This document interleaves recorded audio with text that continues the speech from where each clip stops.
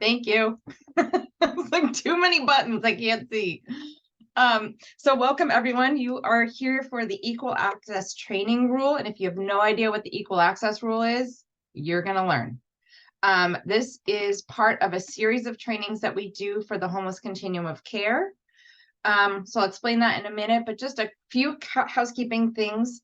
So feel free to ask questions in the chat. Our trainers will tell you how they want to take questions, but if you are attending in a way that you can't unmute, you can put things in the chat. You also will be able to like physically raise your hand and wave it if you're on video. But what helps us in the way we can track hands the most is if you can do the little raise hand feature, which is under the reactions tool. And then we also ask that everyone just keeps themselves muted while the training is happening, unless you specifically have been sort of given the green light to unmute and speak.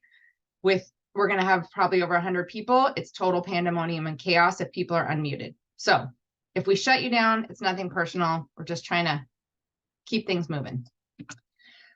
Just some basic training norms and agreements. So please respect the trainers and respect the other attendees. And that can look like you may have disagreements with what's being said or have questions. It's fine, but we're just asking that you sort of ask questions and express yourselves in respectful ways. We're also asking folks to make space and take space. So that really means like, I'm a talker. My effort is to make space. I need to work on stepping back. If you're really quiet and shy, this might be an opportunity to push yourself to ask a question or share something. Share the mic is sort of in that same vein. Again, if you're like a big talker like me, make sure that you're not hogging the space and share the mic with everyone else. And acknowledging power and privilege, especially like this training specifically is about a population, right? We're going to be talking about LGBTQI people. So if you do not fall into that category, in this context, you may have some power and privilege that people that are LGBTQI don't have. So this is one of those times to like kind of put on your thinking hat. You might not think about that very often for yourself. This might be a time to really be aware of that and think about how that impacts the way you walk through the world and the ways other people may walk through the world. Quick note, so for some of you, you've heard this spiel a million times. So the homeless continuum of care is sort of like the structure that we have for all of our homeless service providers in the community. We provide monthly trainings on a variety of topics, and a lot of these trainings are actually required by some of our big funding sources. So we are always really careful to say which ones are required. So if you get funding from, and if you're not sure, you can ask us, but from the federal government, sometimes the state government, or you're contracted with Health, Housing, and Homeless Services, or H3. Some of these may be required for your agency, but also everyone is welcome to come and learn. So related to that, we'll get to that in a minute. Just a quick note, we're starting now to really identify the goals of this training in terms of these, like for HUD, which is Housing and Urban Development, which is our largest federal funder. And also we have some written standards for our homeless continuum of care. So this is kind of the breadcrumbs for why we're doing this training from sort of a regulatory perspective. But there are also just sort of ethical reasons why we should be doing a better job on some of these things. So, but if you need a reminder or you need to go back and say like, why are we doing this training? These breadcrumbs might be helpful. Finally, Shelby, I'm just going to turn the mic to you for a second. Anything you want to say about monitoring? Just the same spiel as I always give. Just make sure that you're attending the monthly trainings. When I do my quarterly check-ins with you all, want to make sure that you've attended the trainings monthly for that quarter. Thank you.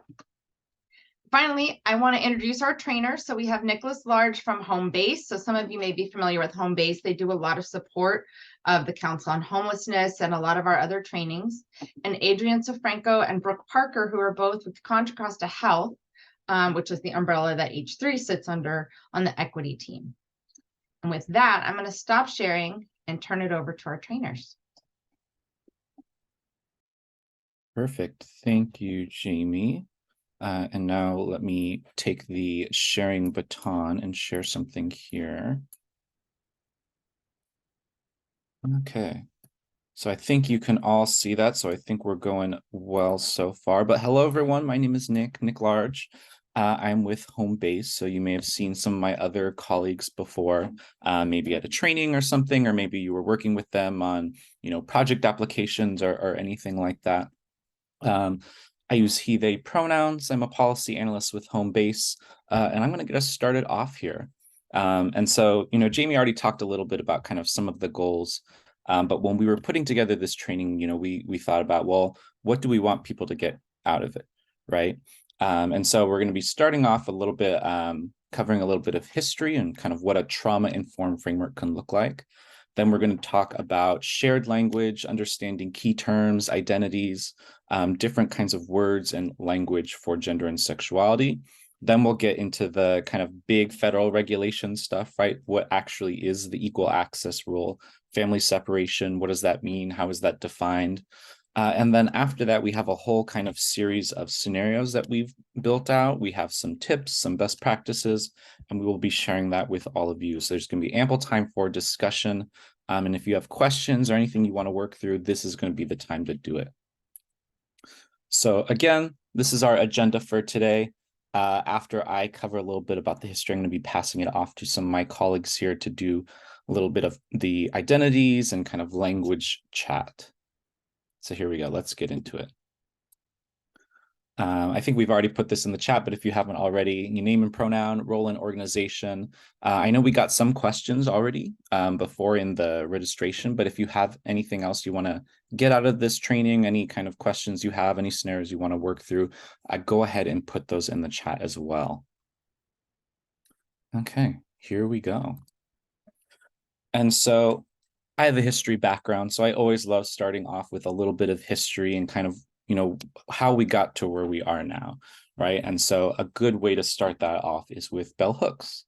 So our struggle is also a struggle of memory against forgetting.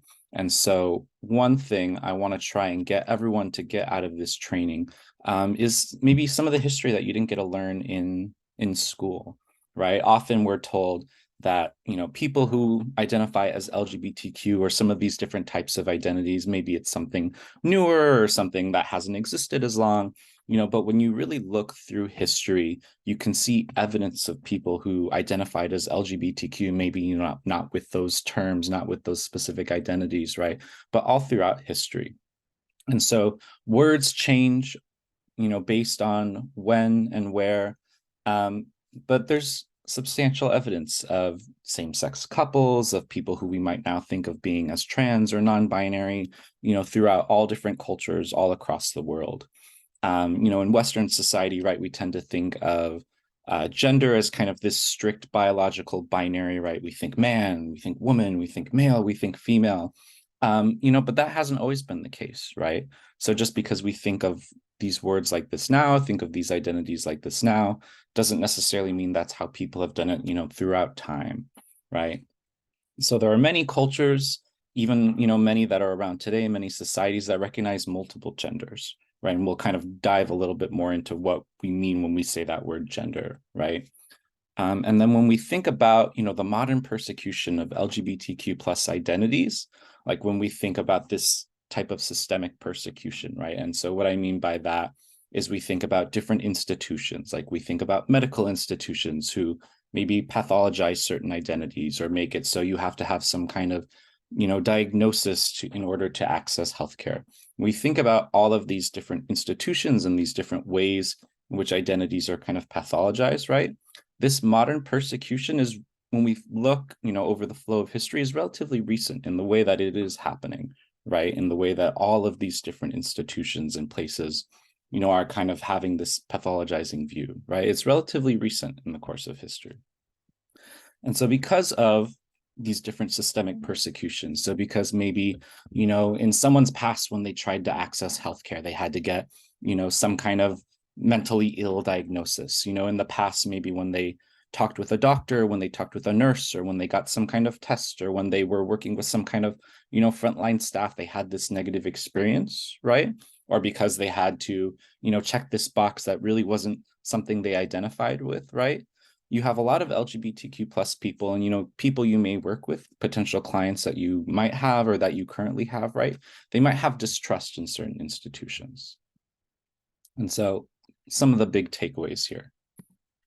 But let's go a little bit more into the history, right? And so I think this is always really interesting kind of to cover. People usually find this really interesting, because it's again, one of those things you don't always learn it in school, right? But when we go and we look at, the history of race, and when we look at when racial categorizations started first being made, right? And you had that happening around the time when colonialization was becoming big in the West, right? And it was being used in order to justify slavery, right? And so it was saying, well, if, these people aren't human, if they're a subspecies of human, if they're this, then what we can do is justified, right? We can use their labor, we can use their unpaid labor, because they're not human, right? And so there was this demonization of people of color, and also that different races were distinct species, right? I actually recently saw, I think it was in like the New York Times last week, there's a really famous photo set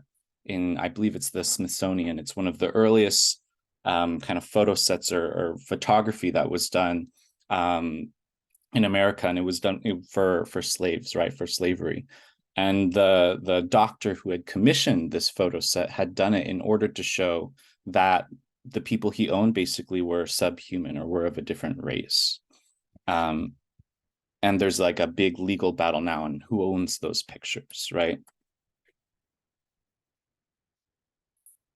And so, what happened when some of this pseudoscience was kind of first being developed, right? And there were all these different ways in which communities kind of said, or which, these pseudoscientists kind of said, oh, this person is a different species because their head is slightly bigger or something like that, or because their nose is a different size. And so there were all these kind of like, when we know, or when we think about what we know, medically now, right? We know, well, that doesn't define, a different species, right?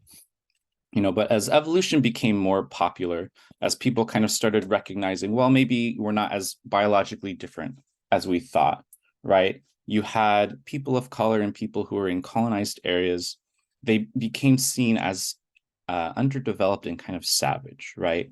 And some of that is also tied into what we think of as different gender expression, right? So, maybe in American culture and Western culture, we see someone who's wearing a skirt, and that has a very feminine association, right? But in other places, that's not necessarily true, right? Or we think of someone wearing, a certain type of outfit, and like, oh, that's like gross outfit, or that's like an ugly outfit, or what you're wearing is tacky, But in other places, the socialization of that outfit, of that expression, might be very, very different.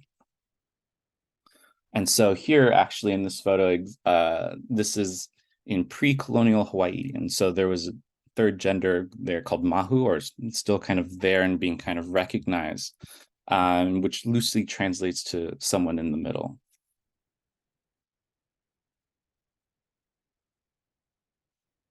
And so kind of with evolution becoming more and more popular, with kind of colonial empires expanding, you had scientists who had started arguing that advanced societies, who had kind of men and women that were differentiated through their appearance, right, and through their gender roles, meaning how they kind of looked and expressed themselves, but also the type of work and things that they did, right, that was kind of being seen as an advanced society, right? And so if you were against that, if you lived in a society that had things that were operating differently, right? So homosexuality and gender, nonconformity, they became associated with savagery and primitive development, right? And so why are we kind of like covering this? Why are we doing this little history lesson, right?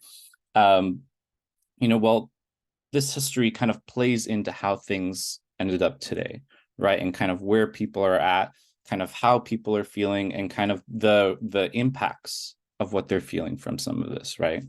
And so the way institutions have pathologized LGBTQ people plus, in the past, has ramifications for how we're doing things today, right? Especially when we're taking into account this kind of context of colonialism, of imperialism, it impacts everything from how we collect data, right? When you think about, all the different information you have to collect in your assessments, the different categories, how they're called, what they're called. It impacts things on what is considered a mental illness, right? Something that's changed throughout time. It's impacted who is protected in public accommodations, right?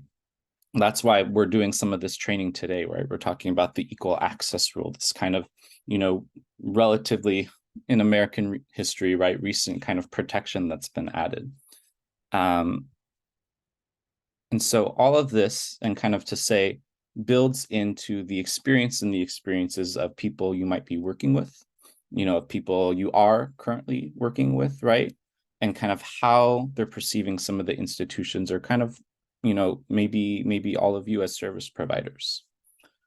And so with that, I am going to stop sharing this. We're going to get into our next section here about identities and terminology. And I'm going to pass it to Adrian.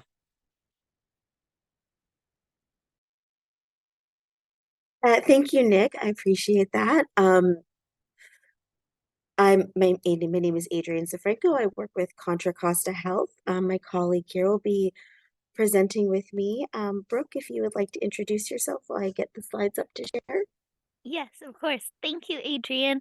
My name is Brooke Parker, and my pronouns are she and her.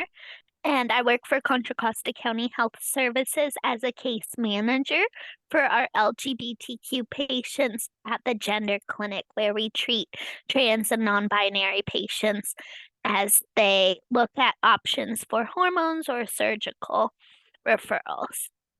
We've created this presentation for you to go over identity, key terms, and definitions, as well as looking at pronouns more in depth, and then seeing how this all ties in back to housing, which Nick will cover after this.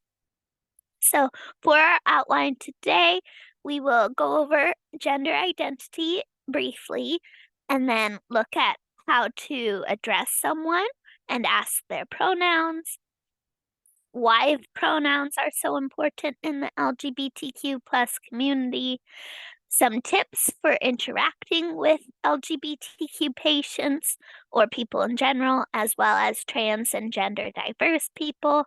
And then we'll close on information about the Pride Initiative, the group that we're representing through Contra Costa Health, and the Gender Clinic, where I help the doctors treat patients as they look for hormones and surgery referrals.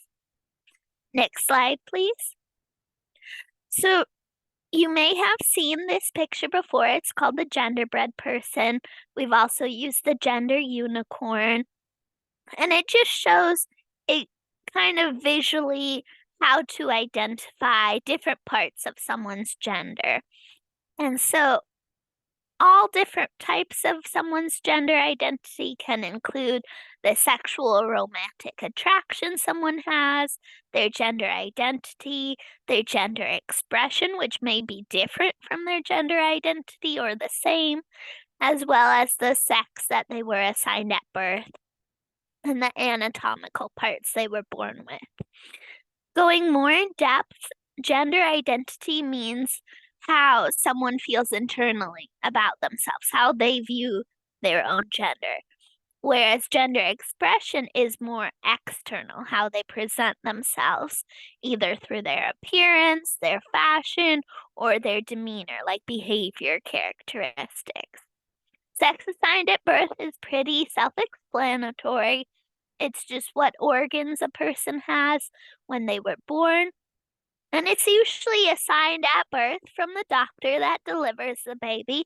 And they usually say, oh, it's a healthy baby girl, or you have a boy, congratulations. And they don't really look at what may be internally present. They only decide the sex based on what's externally present. And that goes into our conversation about intersex, because some people are born with anatomical parts outside that don't match the same sex as the internal organs. And so when you have sets of different organs that relate to someone's sex assigned at birth, that's what's called intersex. And about 1 to 2 people per 100 babies born meet this definition. And sometimes, unfortunately, there are outward appearance doesn't match like a typical male or female.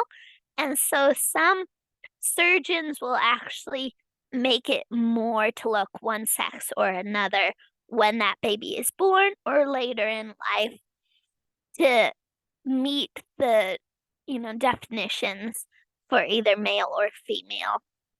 And this can make the person feel more aligned with that gender overall, or they might decide that they aren't the gender that that doctor assigned them at birth. And so then they might transition. They don't have to, though. And all of these categories that I've described are a spectrum. So there's one side, there's another side, and anywhere in between. And so, there's a lot of gray area. Someone could identify as masculine or feminine, both, neither, or anywhere in between, like I said. And just because someone outwardly presents as a specific gender does not necessarily mean they personally identify as that gender. Next slide, please. Okay, so some more key terms for you. We're going a lot of, an English lesson here today.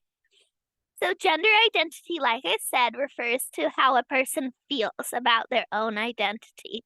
And that can start as early as, ages 2 to 5, when we socialize our children into society roles of male or female. Like Nick said, based on how someone dresses or how they act, what roles they play in society. And that occurs at a very early age. And from there, we decide how we express ourselves. If you identify with the same gender as the sex you were born with, that means you're cisgender. Now, if you don't feel like you are the same gender as the sex you were assigned at birth, that means you may be transgender. And there's a whole umbrella under transgender. There's the binary side, either male or female, or the non-binary side, which means you may be male or female, you may be both, you may be neither, you may be outside those lines. And within that non-binary umbrella, like this picture, there's even more categories that you can identify with. And we won't go through all of those. You can look them up on your own. That's way too in-depth for us today. However, a lot of LGBTQ people that identify as non-binary, they can actually put that as a gender on their identification documents now, such as your driver's license, your birth certificate, or any other identification paperwork. And that's been since January 2019. So that's a great option now that people have in case they don't align with either strictly male or strictly female. And then finally, we're going to talk a little bit about the word queer. I know that historically it's been a pejorative word and a slur, so a lot of older generations don't like that term. It's kind of offensive to them. However, a lot of younger generations are reclaiming that word as a positive word. And that can be another umbrella term to be used as any LGBTQ plus identifying person. It doesn't have to relate to trans and non-binary. It can be anything, lesbian, gay, bisexual, anything in the LGBTQ umbrella.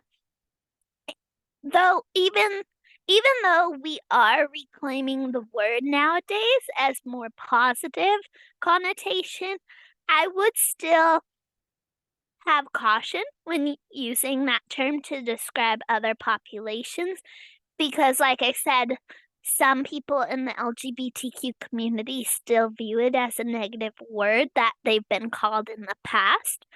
So what I personally do, and you don't have to do what I do, but what I do is if someone personally identifies themselves as queer or says it's okay to identify themselves as queer, then I go with what they want. I won't personally call them queer if I don't know if it's okay to call them that. So, moving on to the next slide.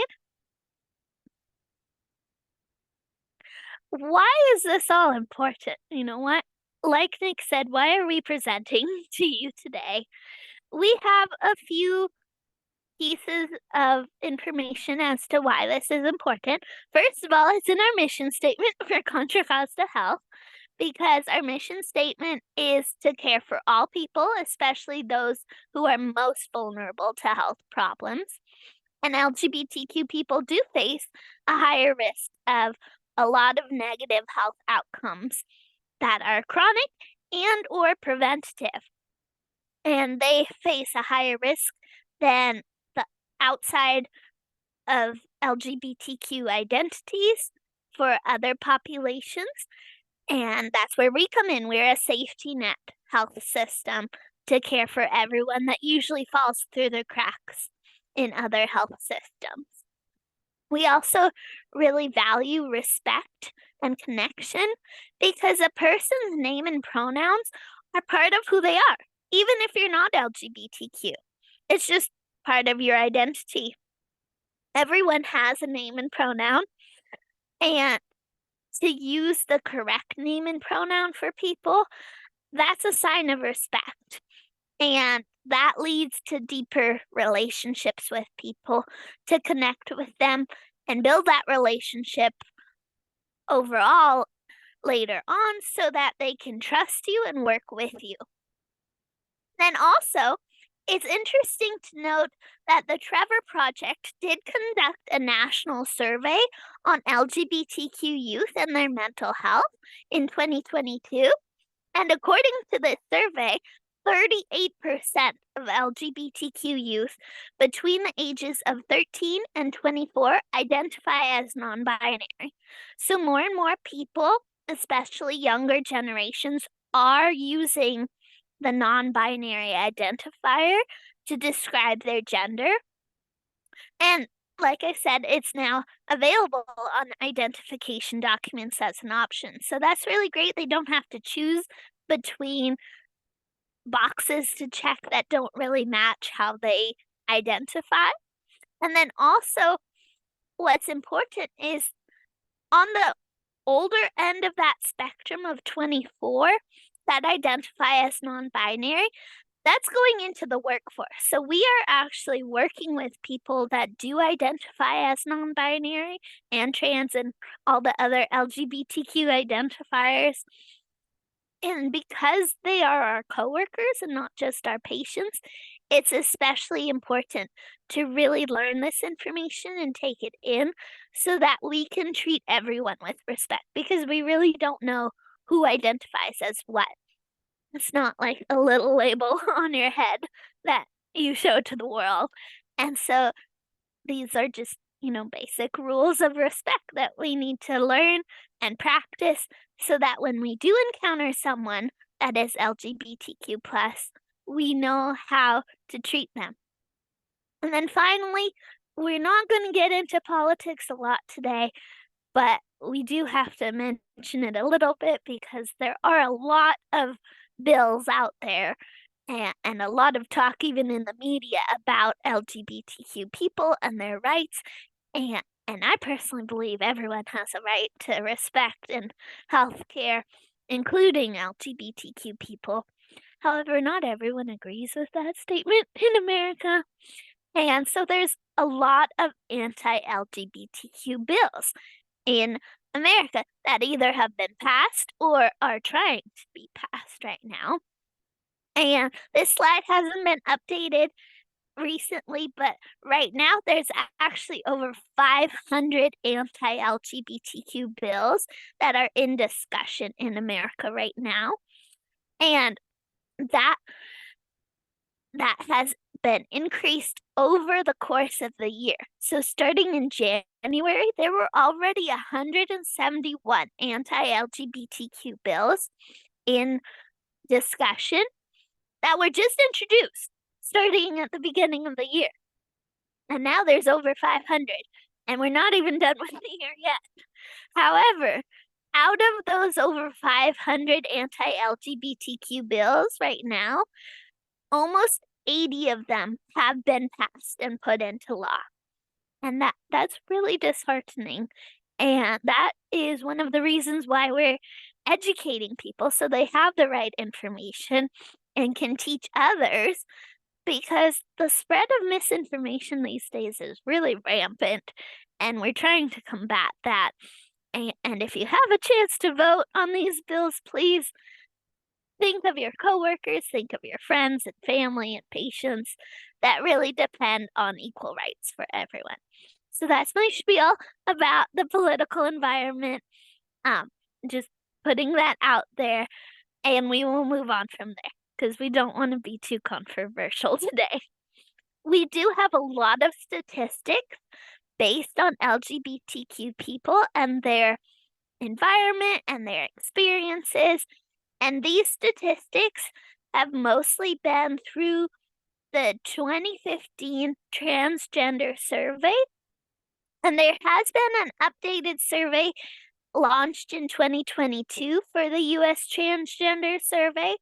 Those results have not been made public yet.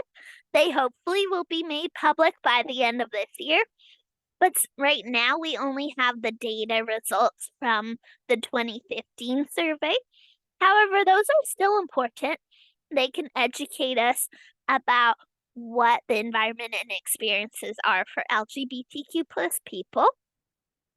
Specifically related to healthcare access, 1/3 of the people that took the US Transgender Survey reported having at least one negative experience in a healthcare setting because they were transgender. And this 1/3 rate was even higher for people of color and people with disabilities. In California, I want to also note that this was all over America, every state, and all 50 states were pretty similar with their rates, even in progressive and liberal states like California. So just because California doesn't have legitimate laws passed against LGBTQ plus patients, people's attitudes in society were still just as negative and harmful as other states that did have anti-LGBTQ plus bills. So back to the healthcare access. In California specifically, 22% of respondents did report that they didn't seek medical care when they needed to.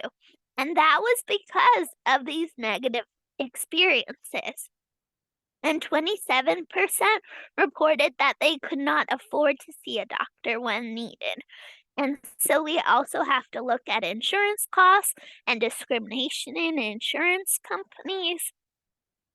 And we're not going into that today, but that's an issue as well. For employment, 27% of the survey participants reported being fired or denied a promotion or not even being hired based on their gender identity, which is how they feel, or how they express themselves, which is horrible. No one should be denied employment based on how you identify, In addition to that, 23% of respondents reported mistreatment at work. So they were hired, but when they got to that job, they were still being mistreated. And 15% of those people reported either verbal, physical, or sexual harassment based on their identity or expression. Moving more into violence and harassment, nearly 40% of respondents reported that they have been verbally harassed in the past year for being transgender. That's not just at work, that can be in their personal lives as well, but that's almost half. And that's a really huge number that we need to cut down. Hopefully to zero, but that's a long way to get to zero. And nearly 1 in 10 people reported that they were physically attacked in the last year. And this increases for people of color. 54%, so over half of people, reported that they experienced some form of intimate partner violence. So with someone you actually are in a relationship with that you thought you could trust, they are experiencing domestic violence, including the threat of being outed as transgender or LGBTQ plus by their partners as a mean of coercive control. And so that person would threaten to out them if they didn't do what they said. And that's absolutely horrible.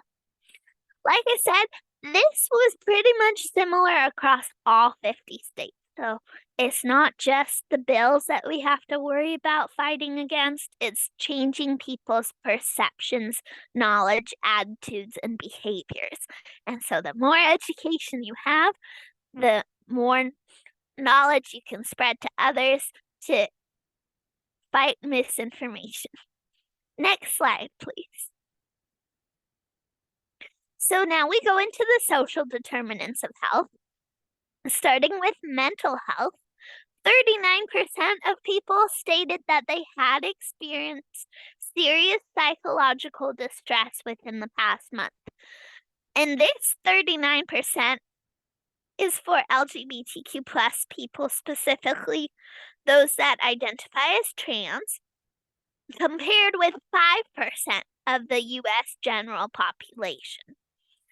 And it's really hard for LGBTQ plus patients to access quality mental health care because a lot of mental health professionals are not trained in the issues that are specific to LGBTQ plus people. And so even when LGBTQ plus people are able to access mental health care, it's not educated and specific to LGBTQ plus people. And then because of that, a lot of LGBTQ plus patients aren't being treated for the issues that they come with, that they need help with. And so then they can't get what they need.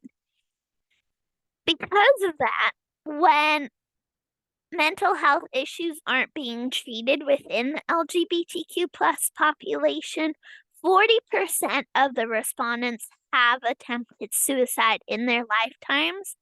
And that 40% is compared to 4.6% of the general population. So about 10 times more often LGBTQ plus patients and transgender people are attempting suicide.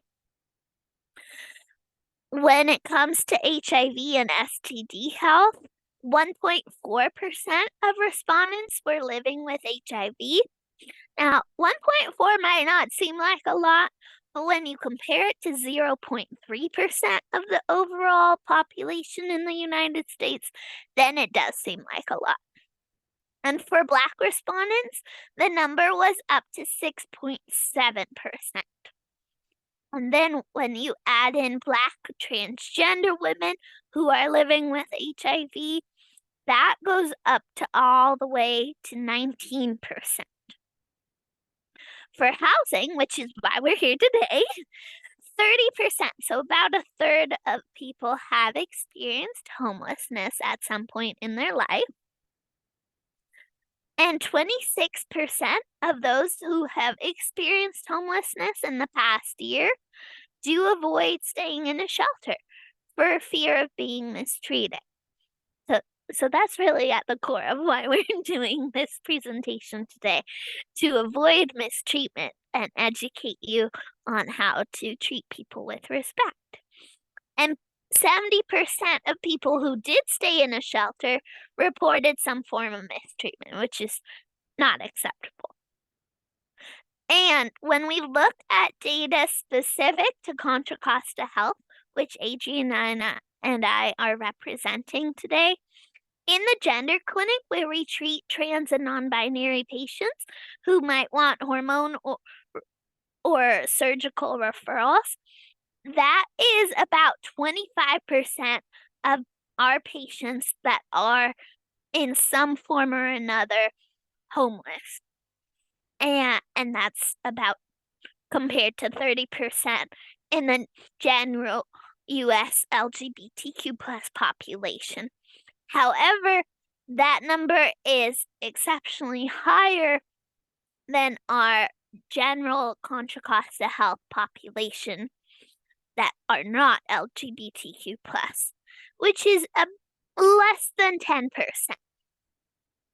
And then finally, people who have some form of support, specifically familial support or chosen family support, those rates go down if you have some form of support.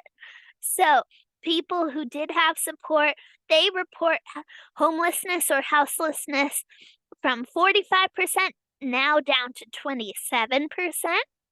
The suicide attempt rate goes down from 54% to 37%.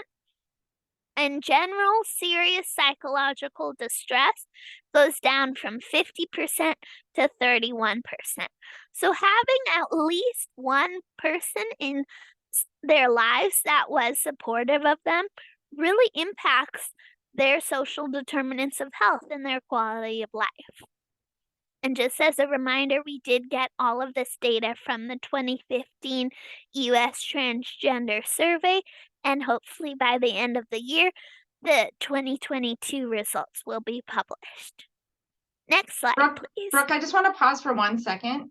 Yes, there's Jamie. so much information, so I I just know, want to give it's almost folks too much. Yeah, I just wanted to like pause for a second and let people digest and maybe see if anybody had questions. That's a good idea. Thank you. No problem. Just like I know a lot of this and I feel overwhelmed. It's a lot of information. It's really useful, but just want to pause and see if folks have question. Yep, Juno, thank you. This is such a necessary training and it hurts my heart every time I see some of these statistics spelled out. Yep. And we will have this later on. The slides will be given to you. So Yep. if this is too much for you to remember, don't worry. You can reference it later on. Okay, go ahead. Okay, next slide, please. Okay, so now we're going to talk about intersectionality and how that relates to social determinants of health. When I was referencing some of the statistics, I said that the rates were higher when you get into, Black people that are LGBTQ plus or those with disabilities, and that's called intersectionality. When you have more than one identity that has higher rates for a lower quality of life based on how you identify. The specific definition of intersectionality is a lens through which you can see where power comes in and collides. So, some people who identify as a specific type of identity, such as people of color, they have less power than others. They're more disenfranchised. And so when we look at disenfranchised populations and how they collide, so when people have more than one disenfranchised identifier, they will have higher rates of negative health outcomes.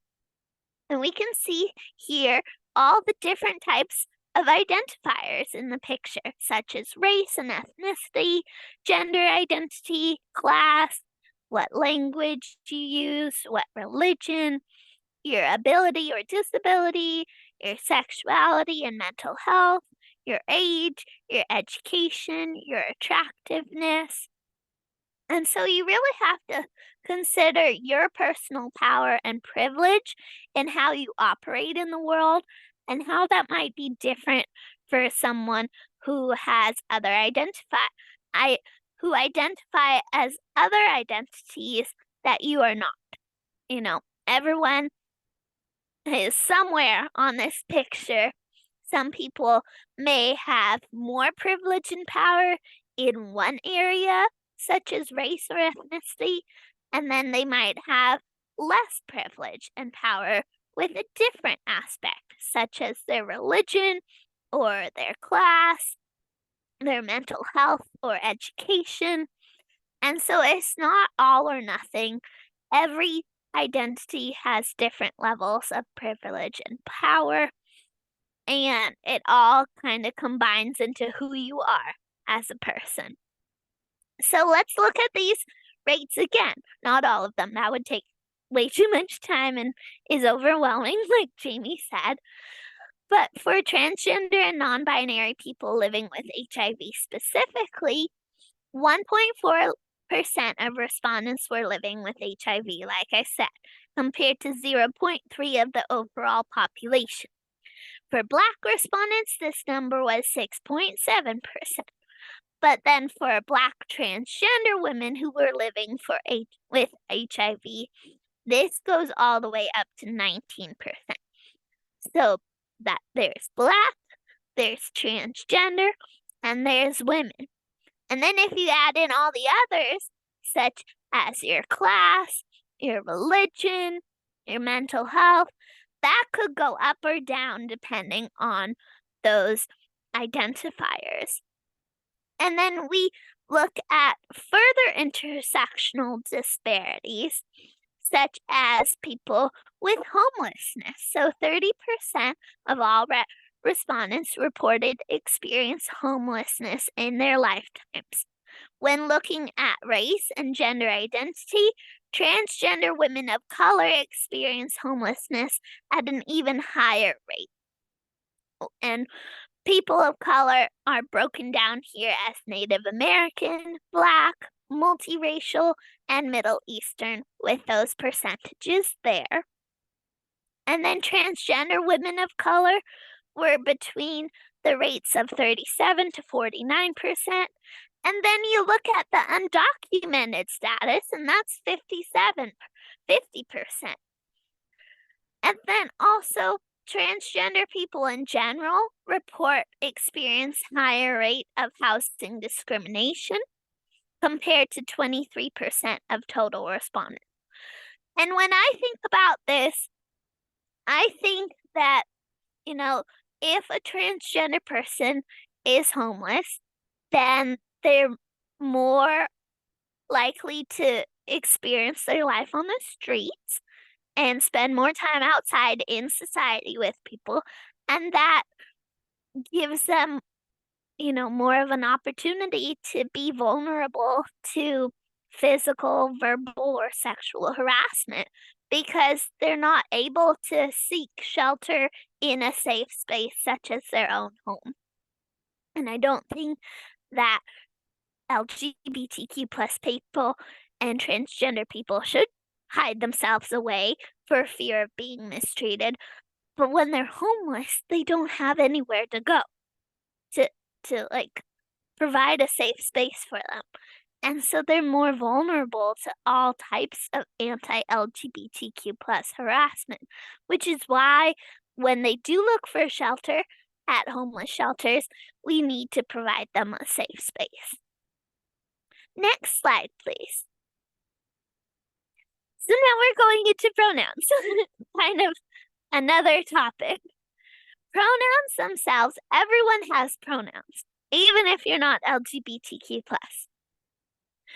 Pronouns are how people talk about you in conversation, whether you're there present or not. And so, if Adrienne left her keys at my office, I would tell someone, oh, hey, she left her keys there. I'm going to go get them for her.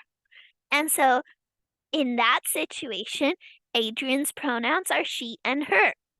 Now, I know Adrian's pronouns are she and her because she's told me they're she and her. However, that can easily be an assumption people make based on how someone expresses themselves through their hair and their clothing and their mannerisms.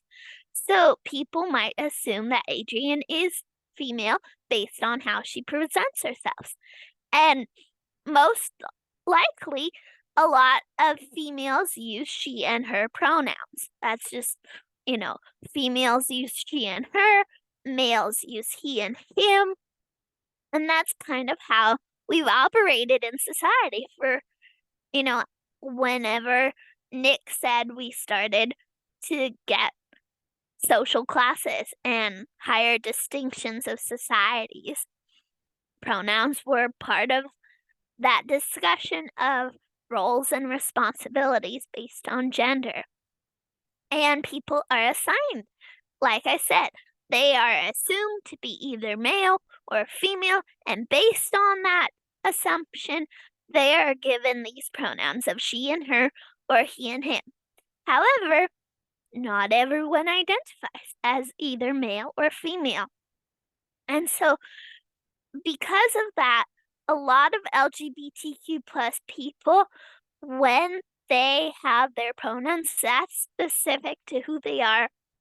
And that's more important than it might be for someone who is not LGBTQ plus, because that is how they choose to identify themselves. And that may or may not be within the gender binary of male or female. And people can also not identify as male or female, like I said, and they might not use he, him, or she, her pronouns. They might use a gender neutral pronoun, which is they, them. And they, them, when you use it in a sentence, it might sound incorrect, grammatically speaking. However, it's not, because it's actually been in use for many years, since the 1300s, and even Shakespeare has used it in his writings, and it is grammatically correct. We usually use it in groups to describe, a group of people. Oh, they are going that way, to describe a large group of people. But it's also for a singular person. And so when you don't know a person's pronouns, you can use the gender neutral pronoun of they and them, even if they haven't told you that their pronoun is they and them. If you're unsure about their gender identity, you can just default to the they, them pronoun. And so some examples here is someone left their keys. Can you find them? Or can you call Sam? They have an appointment. And so it sounds complicated, but it really isn't. I'm sure you've used they, them pronouns in the past without even thinking about it, describing, the mailman that left your mail, or someone you saw in the shopping area of the grocery store. It's just a part of our language that really is not a new concept. We just are being taught it in a different way. Next slide, please. So, like I said, a lot of people use different types of pronouns, such as she and her, he and him, or they and them. Some people use neopronouns, so other pronouns, such as they, zir, z, them, am. Those are less likely to be found, but a lot of people still use them. And some people actually use more than one set of pronouns. And so some people may use she and her, as well as they and them. And when that happens, I use all of those pronouns to identify someone. And you don't have to use it in the same sentence, but in conversation, if they use multiple sets of pronouns, I would use multiple sets of pronouns.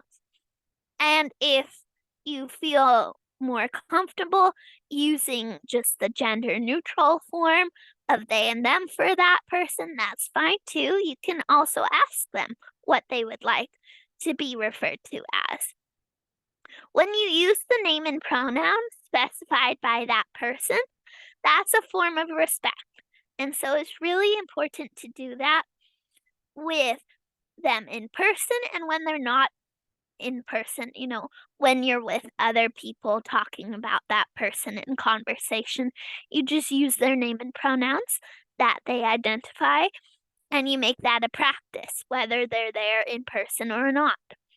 And if you're comfortable, you can introduce yourself with your name and pronouns when you start talking to someone, because that makes this more of a standard for everybody. Because LGBTQ people should not have to kind of out themselves as LGBTQ plus people just because they use a different name and pronoun. Everybody should identify themselves with their name and pronouns like we did at the beginning of this presentation. And so because you do that, that opens the door then for other people to share their names and pronouns.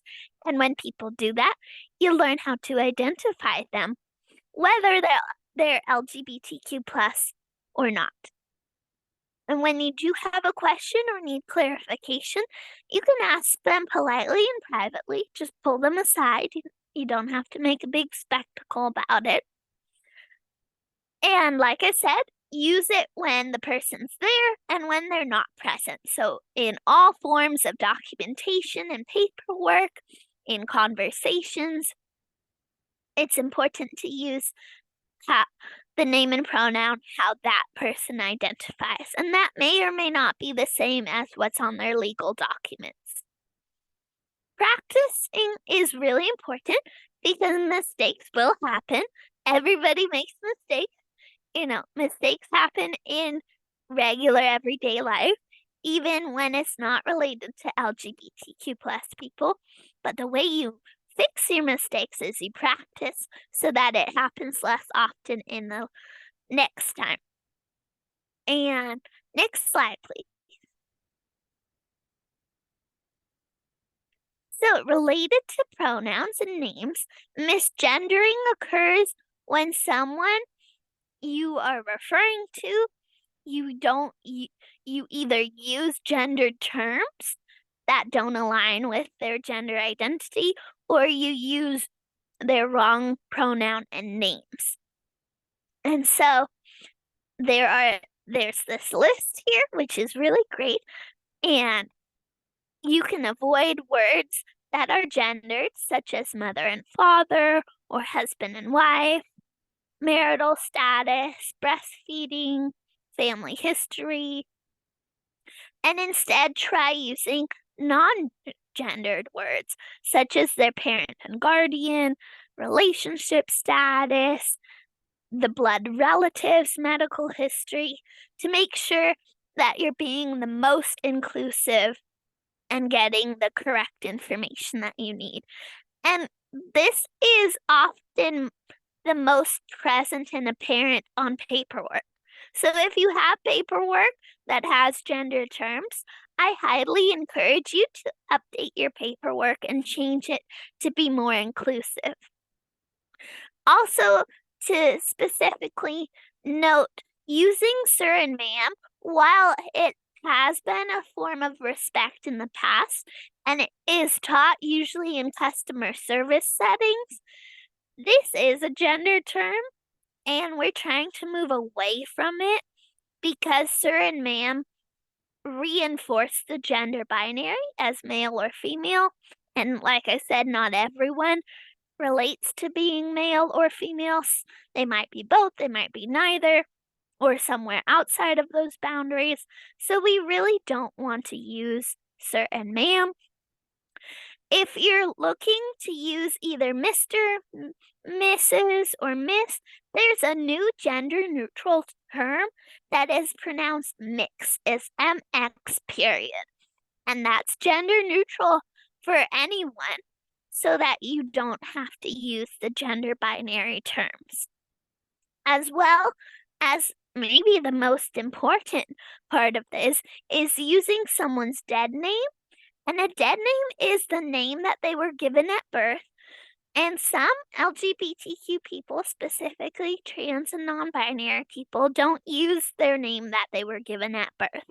They have chosen a new name for themselves. And their old name is called a dead name. And we don't like to refer to people as their dead name. That's a form of disrespect because that is not how they identify themselves now. And you want to go with how someone identifies now versus how they identified in the past. And And Brooke, I so- want to mention one quick thing about this. So Yeah. this may come up especially with folks in their housing where like their legal documents or their IDs or things like that may have their legal name, which may be their dead name. And so there may be some times where you have to use that name on paperwork for official things. But when you're interacting with them, there's a different name that they would prefer you use. And I think this comes up a lot where, you know, or like their documents may say one gender, but they are identifying in a different gender. And sometimes you may have to go with what the legal documents say on your paperwork, but when you're interacting with them, it's really important to use the chosen information. And there's, you know, as an agency, you can like make edits on your own forms and things like that to track what name people would actually like.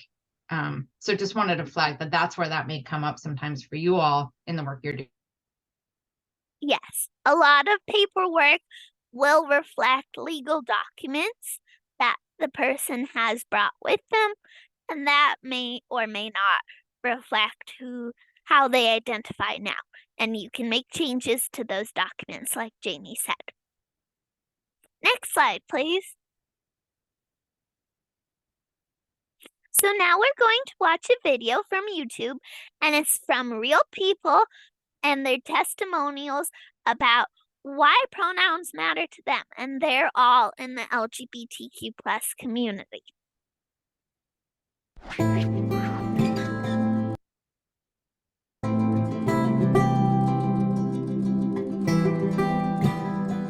I go by she, her, and hers pronouns. That's just how it's been for me. My pronoun is he, and I present as a he. Some trans people might look like me and present as a she. Recently, I've come across they, and I like they. So you can refer to me either as she or they.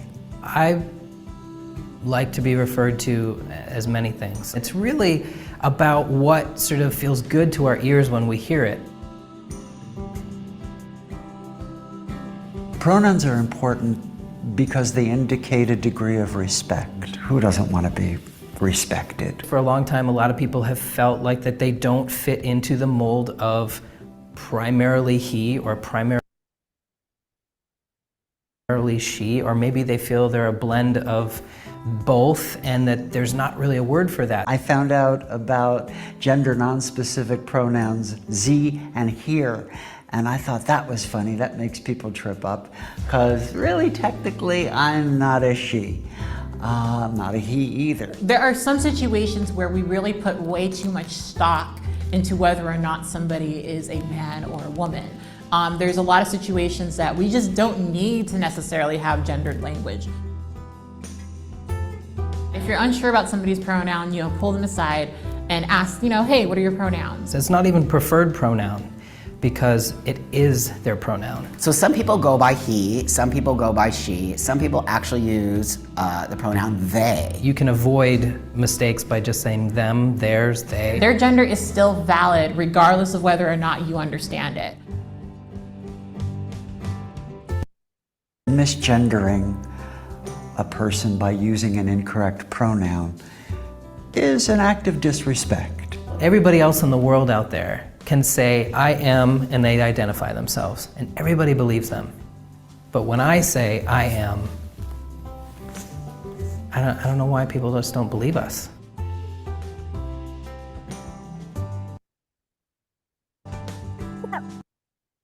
We're almost done, and then we'll pivot to Nick. Here are some quick tips for you, and you can read them on your own time.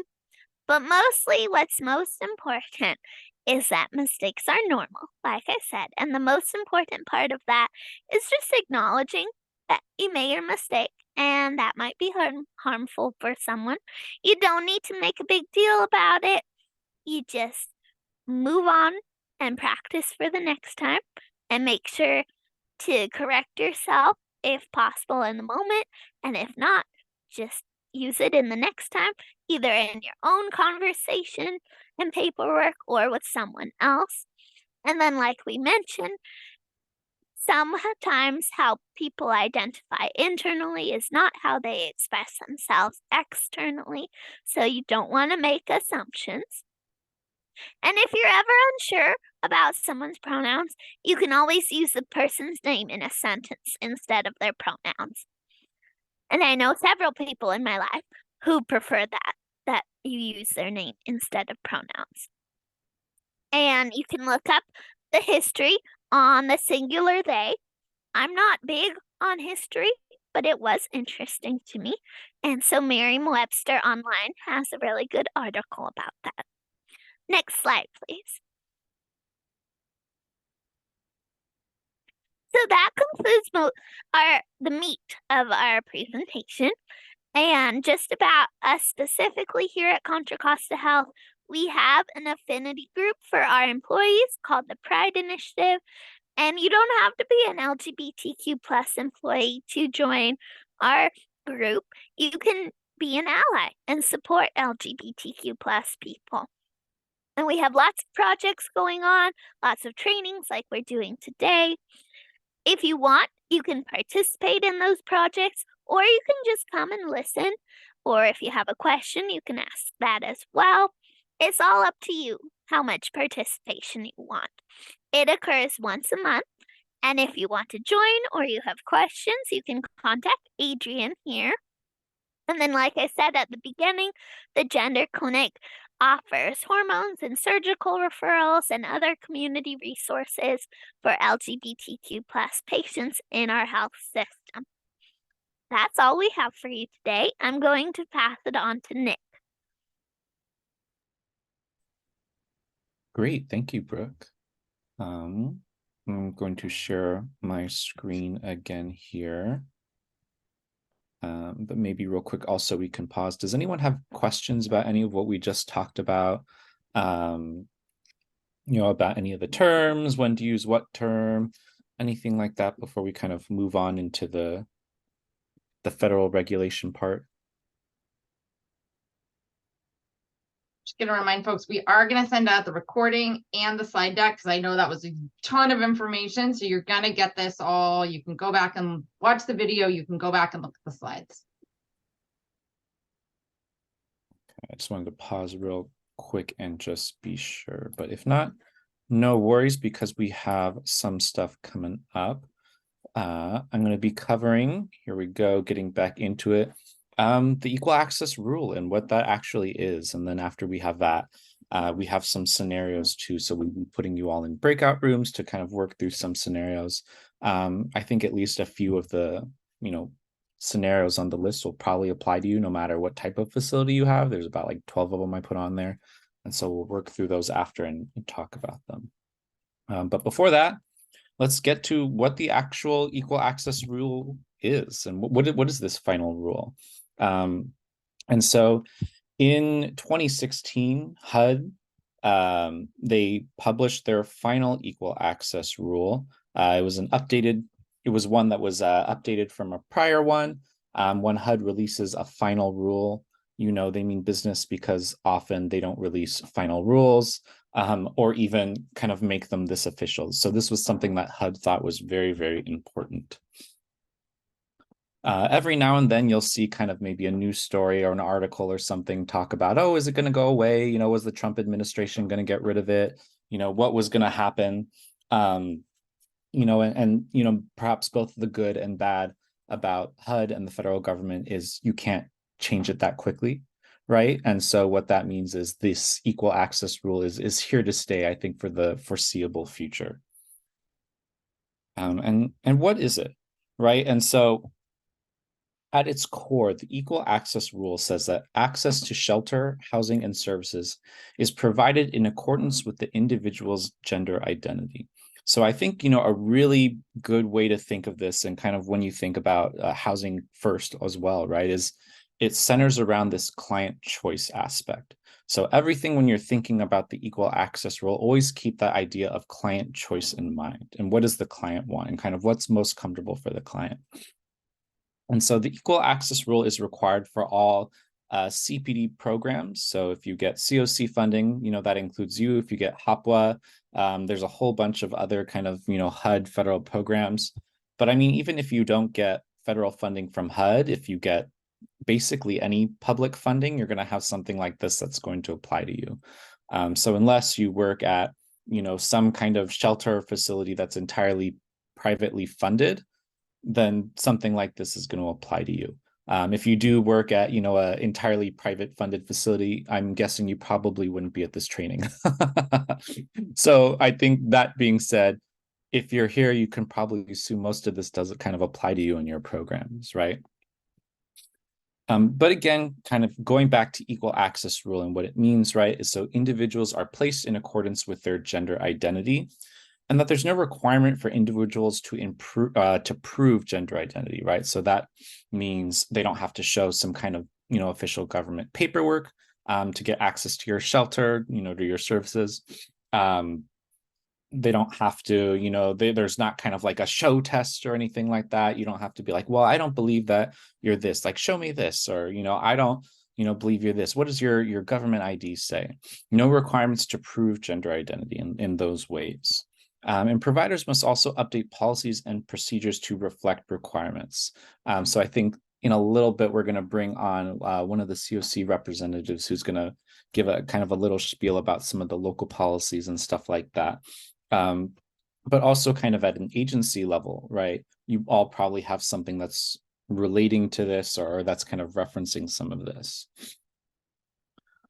And so again, to kind of reiterate and keep in mind, the final rule, the Equal Access Final Rule, it ensures that access to shelter, housing, and services is provided to an individual in accordance with their gender identity, right? So kind of what they are identifying themselves as to you.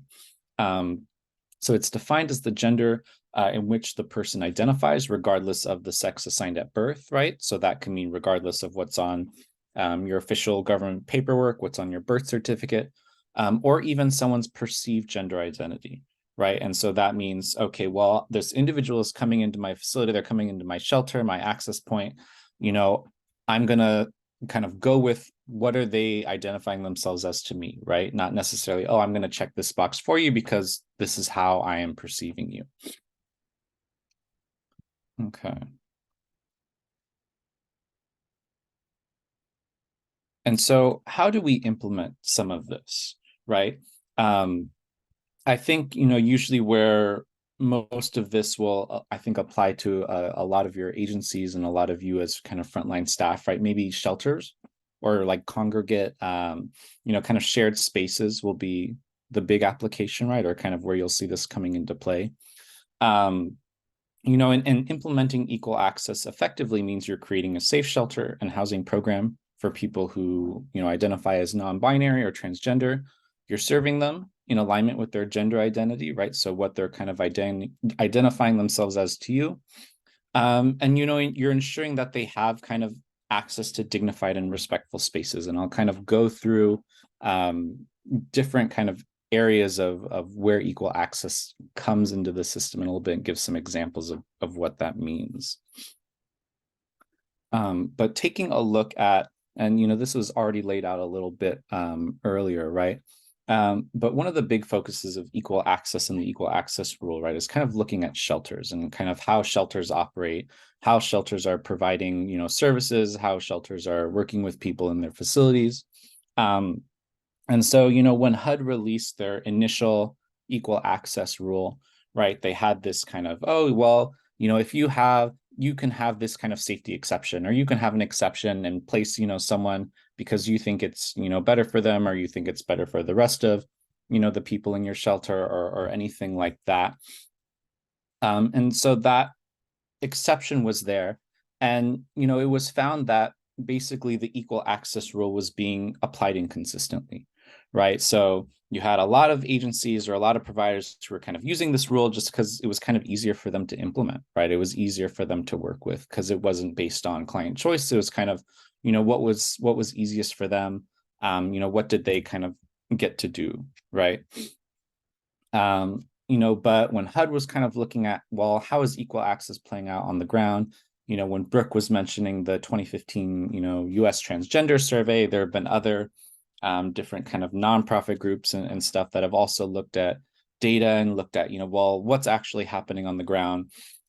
These statistics here actually they come from the Center for American Progress.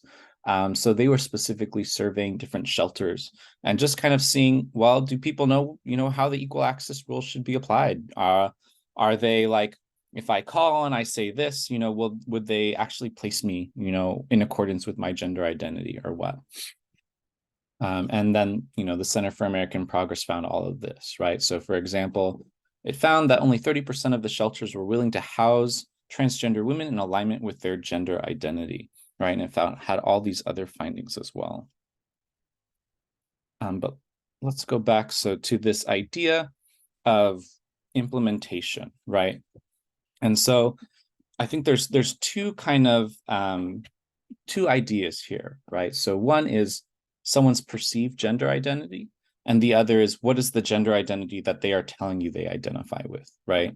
And so you can think of that as a difference between I am telling you I am this and me telling you you seem like this is what you are, right? And so that was one of the real big changes and real important things in equal access, is this idea of perceived gender identity versus actual gender identity, right? And so what this rule did is it amended HUD's definition of gender identity to clearly reflect the difference between actual and perceived gender identity so that service providers can make sure, you're all in compliance with this rule. And so again, if you remember kind of the big theme that I mentioned earlier, right, thinking about client choice and client kind of identification, that's what's coming up through here. And so, as Brooke mentioned earlier, right, perceived gender identity might means a perception based on, the clothing someone's wearing, behavior, general kind of appearance, or even as they're identified in like a document, right? That could be their government identification or something like that. And then a big question here too, because when we talk about implementation, the question that comes up is, well, what if someone has privacy concerns, or what if another client is uncomfortable with that, or what if I have this kind of facility and I feel like it would make other people in the facility uncomfortable, right? And so, as I mentioned before, right, HUD had this kind of health and safety, exception, and in place of that health and safety exception, because HUD found that it was kind of being applied not such a great way, a provider can take non-discriminatory steps to address any privacy concerns raised by residents and occupants, so long as they are not restricted to and do not isolate or segregate someone who identifies as transgender or gender nonconforming, right? And so, for example, privacy concerns, usually you can be addressed through some kind of policy adjustment, such as the use of like a schedule. So if this is like a shelter and we're talking like, oh, showers or like bathroom uses or something like that, schedules can provide equal access to like bathing facilities, use of privacy screens.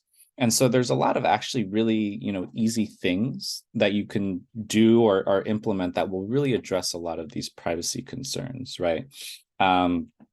You go to a lot of facilities already have what are essentially gender neutral restrooms or facilities, right? If your, facility has like a family restroom or like an ADA compliant restroom, or basically any kind of single stall kind of restroom, right?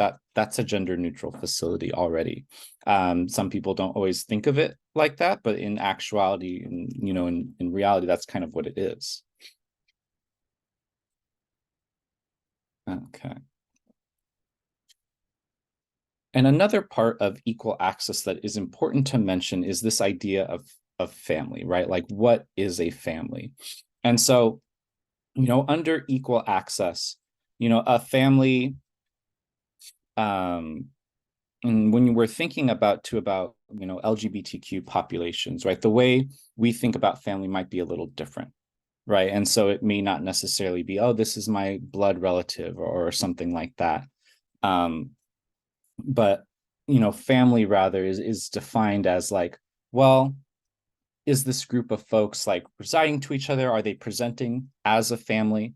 Because if that's the case, then the definition for them would be family, right?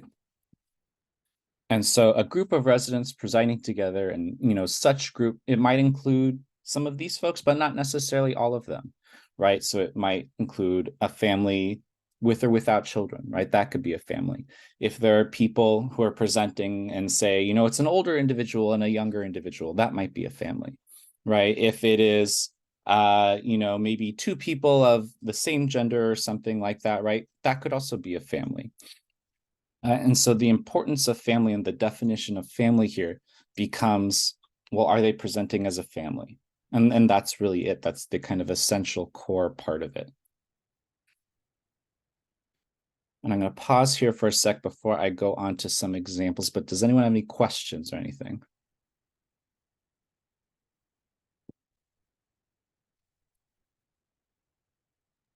Not seeing any hands. Okay, let me go next here.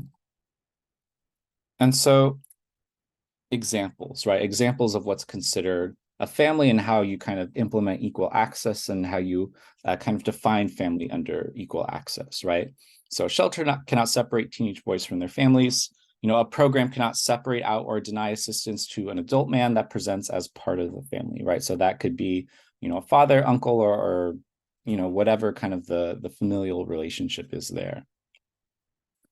And so a shelter or a housing program may limit assistance to households with children, but it may not limit assistance to only women with children, right? So again, kind of going back to is it a family shelter, right?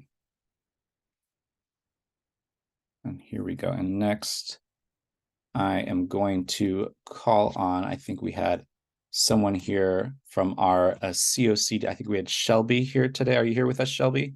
Yep. Thanks, Nick. Okay.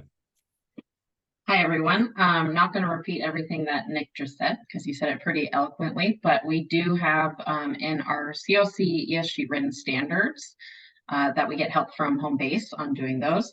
We have a section on equal access that essentially says exactly what Nick was just talking about. So I'm going to put that in the chat.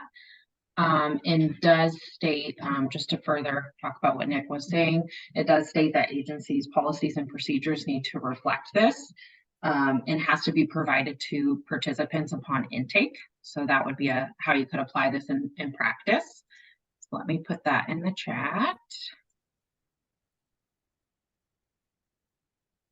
And that is on page 16, the bottom of page 16, if you don't want to scroll through the whole document. So that's our CoC and ESG written standards. We also have our coordinated entry policies and procedures that essentially say the same thing, that providers can't discriminate based on many different things, one of them being people's sexual orientation, and does use the word perceived, like Nick was talking about. So I want to make sure that we're looking at that. And that is on page 11 and into page 12 of our coordinated entry policies and procedures. So I'm going to link that here as well. So you have access to both of those documents, and that is our policies and procedures on equal access. Nick, anything else you want me to address there? No, thank you very much. Yeah. And so here I'm going to go back into the slides here, but it's always kind of good when there are those kinds of local policies or things that exist to bring them out. Let me share my screen again.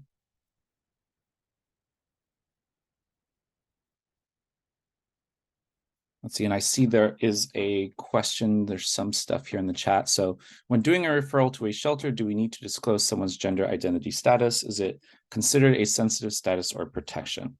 And so I think for this question, and I think usually when you're thinking about protected information and what kind of information you would use when you refer someone, I think you can go back to, is this, information that is needed for this referral, right? Is this information that's actually required to be connected or collected? And is it something that's necessary for, the eligibility of this referral, for the requirement of this referral? So I think generally, if you're making, if you're an outreach worker and you're making a referral to a shelter, probably not. It probably wouldn't necessarily be relevant. Is it considered, protected information? I think, when we go into the kind of this section actually in a sec, usually one of the recommendations is you kind of treat it like it's sensitive information, right? So some agencies will collect sex assigned at birth, some will collect in addition to that, right, kind of gender identity, right? So those might be two kind of distinct categories that an agency collects. And so kind of using the sex assigned at birth category and thinking about it in a more kind of sensitive or protected way. So when I used to work with a community health agency, for example, we had both, right? So there was sex assigned at birth that was collected, or I think actually it was kind of referred to as like, government, what is it on your government documentation or something like that.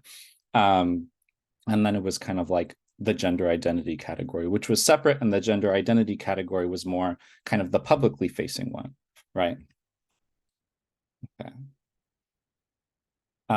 But what does equal access look like, depending on your role and where you're at, right? So equal access in outreach, engagement, and assessment, it means, and this is some of what Brooke said earlier too, right? But to reiterate, accepting the name and gender given by an individual.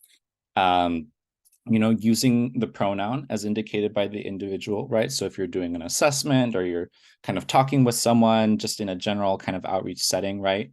Mirroring the kind of language they're using to describe themselves, right, can be really helpful and very important. Especially if you're trying to build rapport with an individual, if you're trying to get to know them, you're trying to collect sensitive data or information from them, right? If you're kind of already starting off, the bat, kind of referring them in a way that they don't like to refer to themselves, right? That's going to be tricky when you need to get that sensitive or private information from them, when you're conducting an assessment. So kind of all of this, right, will help an individual feel more comfortable and, more willing to continue to engage in your services, right? To continue with this assessment process, to like continue wanting to see you as an outreach worker. If someone's feeling disrespected, they might give you information that they think is absolutely necessary for their services, but maybe not information that is also very useful for you to be able to provide them more accurate services, right? And so when I was like a, community health outreach worker, right, we would go into like different, sex clubs, bars, just kind of on the street.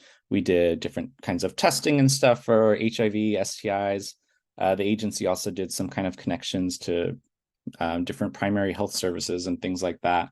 And let me tell you, we had a very, very long intake that had a lot of like tricky questions, right? It's like, oh, how many people have you had sex with? And, when you think about the question for all of you, as people who might administer, the VI SPED-AD or whatever kind of intake or assessment you're doing, right? The questions on those assessments and those intakes can be kind of sensitive and kind of private, right? And so, just kind of best practices as an outreach worker when you're conducting these assessments, right, is like, what's an area you can do this that will make it feel more private? When we used to do our intakes, we'd take someone, okay, we're gonna take you around the block and we're gonna do this. Oh, your name or your government ID is something that's different. Well, that's fine. Don't make a big deal out of it. We can just refer it to as your what does your government paperwork say? We need to have that, but also, I'm going to refer to you as your name, right? And so all of that information, all of those kind of strategies can be used to really make someone feel comfortable accessing your services so that you can provide them with better, more relevant, whatever kind of service you're providing or whatever you're offering. And so when you get to the enrollment phase, again, right, this is kind of what I just referenced, but providing a private area to describe services that the client may want to access is a way that you can help ensure the client's confidentiality, right? So for us, if we were at our facility, that would mean, okay, we're going to go over to this room and do the enrollment. Maybe they're with their friends, or maybe, someone else is around, be like, okay, well, we have to do this in private. We're going to go over here. Or maybe it involves, okay, well, we're going to go around the corner and do this over here. And also really thinking about when you're doing your intake, like when you have your forms too, what's the information that you really need? And also like what truly is the eligibility? Because I think there are so many times when, an agency or a service provider will think they have to collect something, or they think, oh, this is like necessary information for us to know. But when you really like think behind that, well, actually, is it really relevant for us to collect this? Like, is this necessary for us to provide services to this person? A lot of times it isn't. And this kind of goes back to when we're talking about the socialization of gender and all of that, right? You can even think about something as like a bathroom, right? A bathroom is just a bathroom. It's not like you put the male or female sign on the bathroom. What is that going to stop, right? When we're thinking about violence, or we're thinking about people's safety, right? And so there's all these kind of socializations that come into play too. And so if you have a project that has services based on gender, right, accepting the client whose gender does not fit maybe a stereotypical gender expression, you accept them based on their gender identity, right? Not necessarily what that kind of expression of their gender is. And then if you have a client, say if you have sex segregated facilities, or and you have like a non-binary client, right? This means, well, these are the options that we have, what would be available or, most comfortable to you. And so when we're talking about, client choice and meeting the client's best needs, it doesn't mean that you as a shelter, oh, well, now you have to construct this whole, facility for non-binary clients. You make the best accommodations that you can with what you have, right? That's kind of really the core of what it means in equal access. So if, you have this facility, you say, okay, well, this is what we have. This is the other thing that we have. Which of these would you prefer? And when we go into unit and bed assignment, let's see. Equal access in kind of more of like a shared housing situation, maybe you have a transitional housing facility, maybe you have some kind of site-based project or something like that. It means as like a project manager, or as a building manager, or kind of whatever your role might be, right? Quickly resolving that conflict and really kind of getting to it and not letting it build and kind of fester, and modeling, this respectfulness. So, when someone is using language to describe themselves, right, like mirroring that language, that's part of that respectfulness, kind of what Brooke mentioned with pronouns and all of that.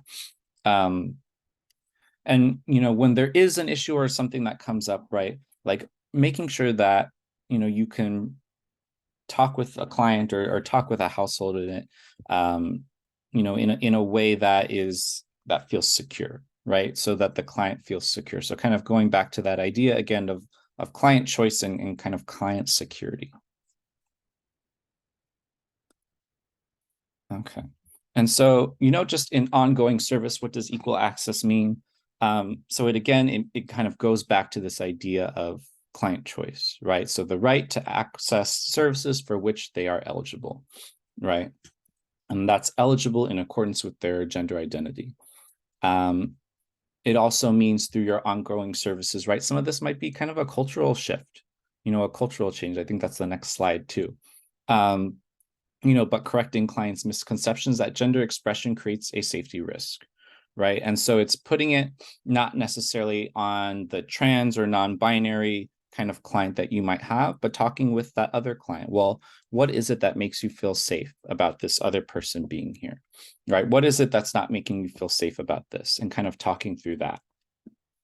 And so, I think one of the things you'll often hear is, oh, okay, well, if we let someone who just kind of says they identify as a woman, into our women's shelter, then they're going to terrorize, all of the women who are in our shelter or something like that, in our sex kind of segregated facility. And, I think when you kind of break that down and get behind it, well, what is the fear there? What is kind of the worry or the safety concern there? Is the safety concern that there are going to be threats of physical violence? Because if that's the concern, your agency probably does have some kind of policy around that, right? If is the concern that there's going to be, sexual harassment, well, then my question would be, well, what policies or kind of, what ways would your agency deal with sexual harassment? Right. And so kind of when you break down some of those kind of safety and privacy concerns, right, often it's not really about, oh, it's how this person looks or it's how this person identifies. There's something that is deeper than that. It'll be like, oh, a threat of physical violence. Great. So identify what that root kind of causes, what that kind of root threat is, and figure out how to identify that. Not necessarily just think about someone's identity, right? Or kind of how they're expressing themselves. Okay, and last one here before we move on to some of our role play scenarios. So this is the changing the culture part. So this is the one that can be tricky, right? It can take time. I think, Brooke was mentioning some different tips and stuff, right? On like, oh, you can introduce yourself with your pronouns, putting your email signature and stuff like that. If you're like an outreach worker or you're doing intakes or something, this might be changing up like little visual cues, right, with how you with where you're doing your intakes or your assessments, right? So when I was doing kind of outreach stuff, you had my little flag pins, you have your little like trans flag pin or kind of whatever, because immediately that just like little visual indicator can help someone feel a lot more comfortable, and they're like, oh, okay, well, this person they're not going to make me use my like legal name, and they're not going to refer to me as that, and they're going to let me choose my name. That might be an indicator of that will make someone feel more comfortable. For your agencies, right, it also means policy procedures. It means staff training and things like this. It means making sure if you're, a supervisor or management, that how to support your staff. If some of your frontline staff like are running into situations that they don't know what to do, they don't know how to handle, they're not sure, what kind of policies to refer to, right? It means the communication of expectations to clients as well, just your day-to-day interactions with them. And then also making sure you have, again, going back to the harassment or kind of safety concerns, right? Making sure that, if something like that comes up, you can talk with a client. You could say, well, this is a women's shelter. Anyone who identifies as a woman is allowed to be here, right? But I hear from kind of what you're saying and describing, you want to make sure you feel safe. You want to make sure you don't feel harassed. And then, telling them, well, we have these kind of policies on harassment, or, we don't tolerate, these kinds of threats of physical violence, or, this kind of sexual assault, or all of that. And, if something like that, this is how we prevent it, right? Okay, I'm going to stop sharing here. I'm going to pause for a sec for any questions, because with that being said, we are about to get into our little role-playing scenario here. And I'm going to share a link in the chat. And let's see, how many of us are there in this room? Let's see. We have 88, not counting 88 total. Okay. And I am going to put a Google Doc in the chat. Hopefully all of you can access the Google services. If you are someone who is at like a county or city office and you can't, let me know. But it looks like, okay, yeah, everyone's kind of popping in it here right now. And in a sec, I am going to open up breakout rooms. And so what you will see on this Google Doc that I just shared with you is that there are, how many did I put? 11 different scenarios on here. And so I imagine at least, some of these, no matter what type of project that you're working in, right, are going to be relevant to you, at least probably like 3. And so in your breakout rooms, let's have everyone try and kind of work through at least 3 of these scenarios, and then we'll come back together and kind of talk about how that went and kind of how people are feeling. And so right now it is 11:42. And so I'm going to open breakout rooms, and let's give it about, we'll give it maybe 10 minutes here, and then we'll kind of come back. And Jamie, sorry if I assign you and the other people automatically, just feel free to come back to the main room. Okay, I'll come back to the main room just to help manage the. Yeah. And if people Main have room. kind of questions that are coming up, I think I'll stay in this main room. So pop back in the main room if you have questions. Otherwise, you are going to get a message right about now about joining a breakout room, and see if you can work through some of these scenarios, and we'll come back and chat about them. Okay, here we go. I am opening them. And we can Okay, also resend the broadcast. I'm going to broadcast to the room that Google Perfect. Thank you so much. document. Let's see. Okay. Great. So you can just hit join to join your room. Great, Juno, no problem. Rejoin on your phone.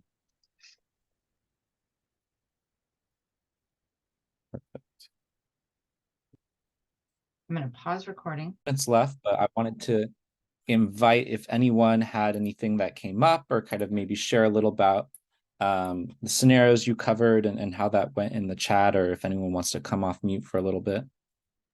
I'd love to share. How did you all kind of find that experience? How did it go? I'd love to share our group's conversation. Sure. Sorry about that, Miss Vanessa. I was trying to click back over. Oh, here, I think let's Juno, I heard you first, but I think as Marvel, if you want to share after, we'll get Juno here first. Oh no, I was just responding to the group. We clicked back over to the Oh, bigger the group. surprise move back to the room. Yeah, sorry about that. Okay. Yeah, go for it, Juno. So our group focused on question number 2, which was the scenario around misgendering.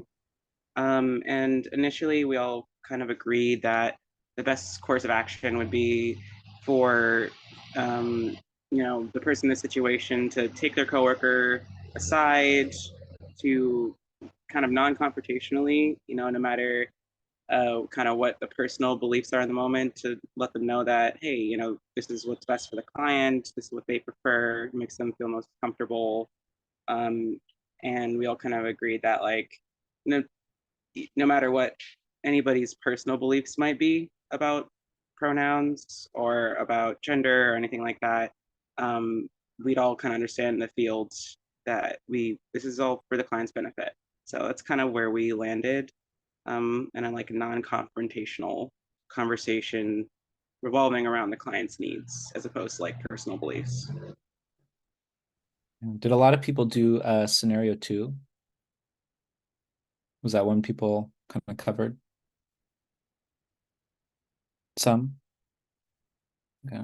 What other scenarios did people kind of cover, or what else kind of came up from people? Maybe if we can get like, 2 more people to share. I think we have a hand. Heather. Thought I'd try the reaction. We didn't have enough time, but number 10, of course, I can express my opinion, was about a client in the kitchen making other clients feel uncomfortable. Oh, it turns out the client in the kitchen was transgendered. So is it a behavior that's making people feel uncomfortable, or is it the person making people feel uncomfortable? If it's behavior, well, let's address that. Is it against the rules? Let's take a look at what's going on. Is there a problem with how someone's using the kitchen?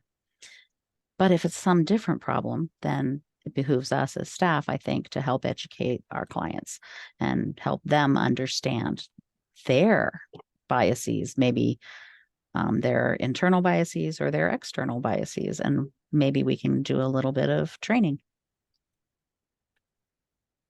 Question about that one. Is that the one where the transgender person is cooking in the kitchen and it's in a... So my question is this.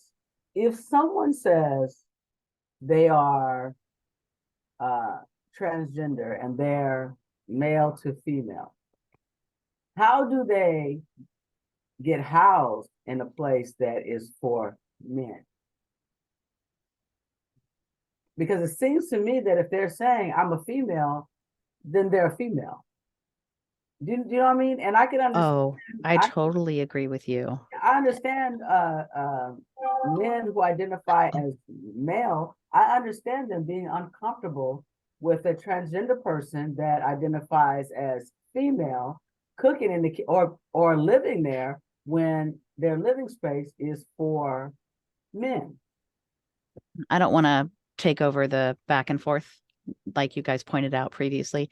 We do have a policy, and I kind of did it on the side, but we do have a policy in AODS that if you are trans, you get to select which place you want to go to.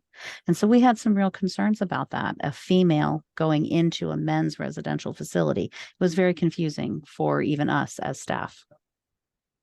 Yeah, but I think to your question, June, right? So it goes based on how the client is identifying themselves, right? And so I think, in this scenario, right, what you had happen is you had, okay, well, the other clients are referring to them as something else as how they're identifying themselves, right? And so I think kind of what Heather mentioned, going back to, well, is there a behavior or something that needs to be addressed, right? Kind of going back to like, really like, what's the core deep thing that's happening here? Or what is the potential issue here, is something that can be helpful. But I think we're at 12, right? Yeah, Okay, yeah, Jamie's nodding. I was just gonna say we're at time, but I'm happy to, like, if people want to hang out for a little bit longer and have questions. Nick, I don't know if you're available. Yeah, I can stay on. So we can stay a little bit longer, but just wanted to remind folks, we do a quick survey just to see how this training was, if there were questions that you still have, more information that you want. We're gonna email everyone a link to the recording, the slide decks, the scenarios, all of this stuff will be coming to you via email. So we're officially done, but if you have questions and you want to stay on, I'll stop recording and we